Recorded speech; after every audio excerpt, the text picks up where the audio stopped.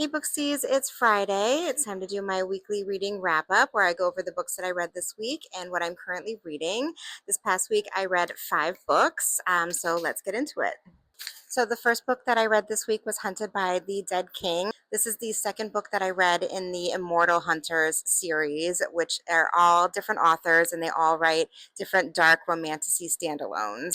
This was really good. I gave it 4 stars. This has enemies to lovers, forbidden, fated mates, trials, dragon riders, hidden identity, secrets, betrayal, and this was very unique as well. I'm really liking this series and look forward to continuing the different ones. The second book that I read this week was The Deal. I wanted to read this before I started watching the show. I absolutely love this. I gave this 4 stars, and honestly, thinking about it, I would even probably bump this up to 4.5 stars. I love fake dating, and they did this so well in this. So this follows Hannah and Garrett, and Garrett is not doing so well in one of his classes, and he notices one day that Hannah got an A on the midterm, and he needs to retake it and get a good grade. So he's trying to convince her to tutor him. He's kind of like the big man on campus. Lots of girls absolutely love him. He's a star hockey player, and she could care less about him. She has her sights set on Justin, who is a football player at the college. And Garrett kind of convinces her and says, hey, if you help me study and get better grade in this class, I will fake date you to try to get Justin interested in dating you. So they do that, and then there's chemistry and banter with them. So the spicy scenes were really good in this. Both of them have traumatic pasts, so they both kind of like heal each other with that. So that was really good. I absolutely love Hannah, and I am obsessed with Garrett. I love a cocky, confident MMC, and he did it so well. The banter with them was so good, and the tension, and just I love them so much, and I can't wait to continue the series. And then I read My Forever Girl. I gave this 2.5 stars. I was not a fan of this. It started off really strong, and I will say that the spice was very good in this. However, I had a problem with the whole plot line. So we have Cutler and Gracie, who are childhood best friends. And listen, I love the best friends to lovers trope.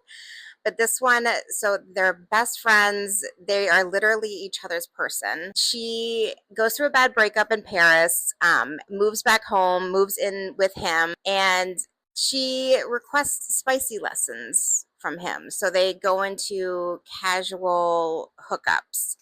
And it didn't really make much sense to me because this is your person, this is your best friend. Why are you going and trying to risk it with casual hookups? And they're like, oh, no kissing because that'll complicate things. Oh, no sex, that'll complicate things. So just like other stuff. But then they end up doing that stuff, realizing that they love each other. Ultimately, the ending was way too sappy for me. This was my first Laura Pavlov book. Like I said, the spice was good, the starting was good, but it ended up way too sappy for me in the end.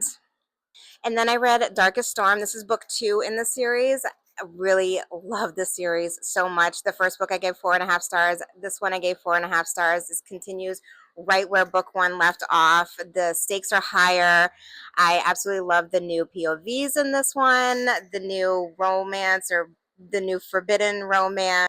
I loved all of the action in this. This is dark academia. This has forbidden romance. This has a very possessive MMC who I absolutely love. This has hidden power, elemental magic, and touch her and die. So I loved the new settings. The world has gotten bigger now. This was really good. It was a great sequel. Loving the series, and I look forward to continuing this. And last but not least, I read The Right Move. Absolutely loved this. I gave this 5 stars. Ryan Shea is top boyfriend material. His acts of service love is so good. Like the things that he does for Indy, and I absolutely love Indy too. She literally brought like color back into his life, and they were just so perfect for each other. And this has fake dating, which I absolutely love. This has roommates to lovers. This is brother's best friend, grumpy versus sunshine. Like so many tropes that I love, and this was done so well. Like I said, Ryan, he had his acts of service love in this was so good. Like he bought her a bed with purple bedding because that was her favorite color.